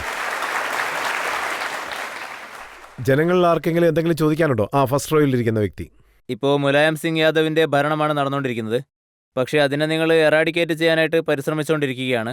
ഒരുപക്ഷേ അടുത്ത തവണ മായാവതിയുടെ ഭരണമാണ് വരുന്നതെങ്കിൽ നിങ്ങൾ ഒരുപക്ഷേ മായാവതി ഭരണകൂടത്തെയും ഇറാഡിക്കേറ്റ് ചെയ്യാനായിട്ട് പരിശ്രമിക്കുമോ, അതല്ല ശരിക്കും ഗ്രൗണ്ട് ലെവലിൽ കോൺഗ്രസിന്റെ ഇമേജ് ശരിയാക്കാനായിട്ട് പരിശ്രമിക്കുമോ? ശരി, ഇപ്പോൾ നിങ്ങൾ റാഡിക്കേഷനെ കുറിച്ചാണ് എന്നോട് ചോദിച്ചത്. ഒരുപക്ഷേ അവർ ഇറങ്ങിയില്ലെങ്കിൽ നിങ്ങൾക്കൊരു വളർച്ചയുണ്ടാകില്ല. ഞങ്ങൾ വളർച്ചയാണ് ആഗ്രഹിക്കുന്നത്, മറ്റൊരാളെ ചവിട്ടിത്താഴ്ത്തി ഉയരാൻ ആഗ്രഹിക്കുന്നില്ല. പിന്നെ ഞങ്ങൾ ചിന്തിക്കുന്നത് ഇന്ന് ഗവൺമെന്റ് ജോലി സാധ്യതയ്ക്കുള്ള ഉത്തരവാദിത്തങ്ങളൊക്കെ ഏറ്റെടുത്ത് നടത്തുന്നുണ്ടെന്നാണ്. വൈദ്യുതി യോജന രാജീവ് ഗാന്ധിയുടെ പേരിൽ തന്നെ നടത്തുന്നുണ്ട്. ഇൻഫർമേഷനുള്ള സാധ്യതകളൊക്കെ നൽകുന്നുണ്ട്. പിന്നെ ചെറിയ ചെറിയ ടൗൺസ് ഡെവലപ്പ് ചെയ്യാൻ വേണ്ടിയിട്ട് ഒരു പ്രധാനപ്പെട്ട സ്ഥാപനം ഒരു വലിയ പ്രോഗ്രാം റെഡിയാക്കിയിട്ടുണ്ട്. റൂറൽ ഏരിയയിലെല്ലാം ഇൻഫ്രാസ്ട്രക്ചർ ഡെവലപ്പ് ചെയ്യാനായിട്ട് പ്രധാനമന്ത്രി പറഞ്ഞിരിക്കുകയാണ്. ഇന്ത്യയുടെ വികസനത്തെക്കുറിച്ച് അദ്ദേഹം പറഞ്ഞിരിക്കുന്നു. ഇതെല്ലാം കാണിച്ച് ഉത്തർപ്രദേശിലെ ഇലക്ഷൻ വിജയിക്കാനായിട്ട് ഞങ്ങൾ ആഗ്രഹിക്കുന്നു. പക്ഷേ സൽമാൻ സാർ, താങ്കൾ തിരശ്ശീലയ്ക്ക് പിന്നിൽ മായാവതിയോടൊപ്പം ഒന്നുചേർന്നെന്നാണ് കേട്ടത്. തിരശ്ശീലയ്ക്ക് പിന്നിൽ എന്തെങ്കിലും ചെയ്യണമെന്നുണ്ടെങ്കിൽ അപ്പോൾ ഒരു വലിയ തിരശ്ശീല തന്നെ ഇതിനായിട്ട് വേണ്ടിവരും. അതായത് ഞങ്ങൾ ആഗ്രഹിക്കുന്നത് ഞങ്ങളുടെ സ്വന്തം കാലിൽ നിൽക്കാനായിട്ടാണ്. അതിന് പല കാര്യങ്ങളും ഉപേക്ഷിക്കേണ്ടതായിട്ട് വരും. ഘടകകക്ഷികളുടെ സഹായം കൊണ്ട് എപ്പോഴും മുന്നേറാൻ കഴിഞ്ഞെന്ന് വരില്ല. ഞങ്ങൾക്ക് എല്ലാവർക്കും ഉത്തർപ്രദേശിലെ ഇടം കിട്ടിയെന്ന് വരാം. അതിനുള്ള അവസരമുണ്ട്. ഇന്നിപ്പോൾ പിന്നിൽ നിന്നും മുന്നിലേക്ക് വരാനാണ് ഞങ്ങൾ ആഗ്രഹിക്കുന്നത്. അതിനാണ് ശ്രമിക്കുന്നത്. മുന്നിൽ നിൽക്കുന്നവരെ മാറ്റാതെ ഞങ്ങൾക്കൊരിക്കലും മുന്നേറാൻ കഴിയില്ല. അപ്പോൾ ഞങ്ങളുടെ പരിശ്രമം ഞങ്ങളുടെ സ്വന്തം കാലിൽ നിന്നുകൊണ്ട് തന്നെ ആവണം. എല്ലാവരുമായി ഒന്നിച്ചു നിന്ന് പോകണം. വീണ്ടും കോൺഗ്രസിന്റെ പതാക അവിടെ ഉയർന്ന് പറക്കുക തന്നെ വേണം. പറക്കുന്നുള്ള വിശ്വാസമുണ്ട്. അതിന് ഞങ്ങൾ പരിശ്രമിക്കുകയും ചെയ്യുന്നുണ്ട്. പിന്നെ നിങ്ങളും ഒപ്പം ഉണ്ടാവണം. എങ്കിൽ മാത്രമേ അതെല്ലാം സൽമാൻ സാർ, സാധിക്കൂ. ഞങ്ങൾ ജനങ്ങൾക്ക് വേണ്ടി നിറയെ ചോദ്യങ്ങൾ ചോദിച്ചു. ഇപ്പോൾ നമുക്കൊരു ബ്രേക്ക് എടുക്കാം. ബ്രേക്ക് കഴിഞ്ഞ് വന്നതിന് ശേഷം നമുക്ക് നോക്കാം ജനങ്ങളുടെ ജഡ്ജിയായ പ്രസിദ്ധ കാർട്ടൂണിസ്റ്റ് സുധീർ തെലുങ്കിന്റെ ജഡ്ജിമെന്റ് എന്താണെന്ന് നോക്കാം.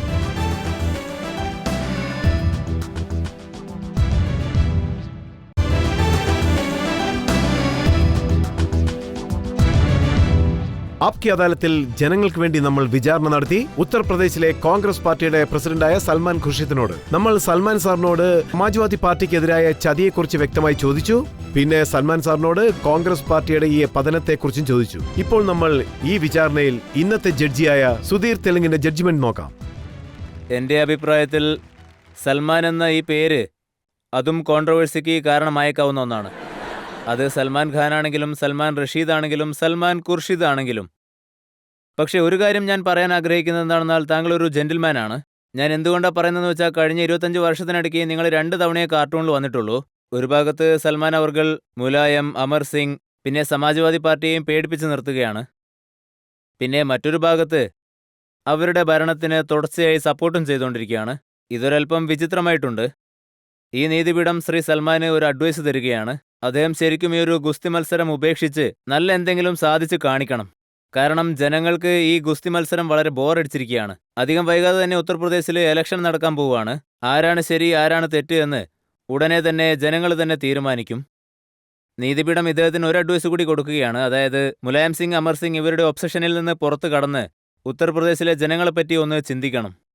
ഇദ്ദേഹം വിചാരണ നേരിടുന്നത് വെച്ച് നോക്കുമ്പോൾ ഇദ്ദേഹം വളരെ ബുദ്ധിമാനായ ഒരു രാഷ്ട്രീയക്കാരനാണെന്ന് മനസ്സിലാക്കാം. പിന്നെ ഈ നീതിപീഠം ഇപ്പോൾ ഇദ്ദേഹത്തെ കുറ്റവിമുക്തനാക്കുന്നില്ല. തിരഞ്ഞെടുപ്പിന്റെ അവസാനം ഉത്തർപ്രദേശിലെ ജനങ്ങളാണ് അത് തീരുമാനിക്കുക.